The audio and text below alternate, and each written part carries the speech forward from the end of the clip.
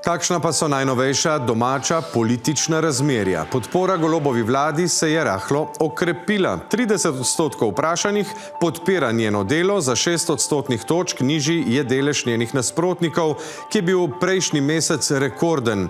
16% je neopredeljenih. Med strankami ostaja na prvem mestu suvereno zasidrana opozicijska SDS. Če bi bile volitve danes, bi Janševa stranka prepričala 21% volivcev. Golobovo gibanje Svoboda se jim je na drugem mestu nekoliko približalo, tretji so Socialni demokrati, pa so zabeležili najnižji delež podpore po lanskem juniju. Levici se očitno obrestuje vloga orožarske opozicije znotraj lastne koalicije, prepričali so dobrih 5% anketiranih in med prvih 5 se je tokrat uspelo prebiti neparlamentarni Resnici. Sledijo opozicijska Nova Slovenija, Logarjevi demokrati, ki po prvi uvrstitvi na lestvico že izgubljajo podporo, in še Pirati. Podpora ostalim je razdrobljena v 7,5%.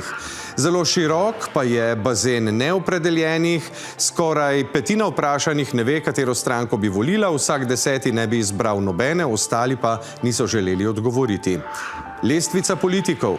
Najboljšo povprečno oceno so volivci, kljub zapletom z imenovanji guvernerja Banke Slovenije in varuha človekovih pravic, podelili predsednici Republike Nataši Pirc Musar, drugi ostaja prvak SD Matjaž Han, tretja evropska komisarka Marta Kos, ki je zamenjala mesto z evropskim poslancem Vladimirjem Prebiličem.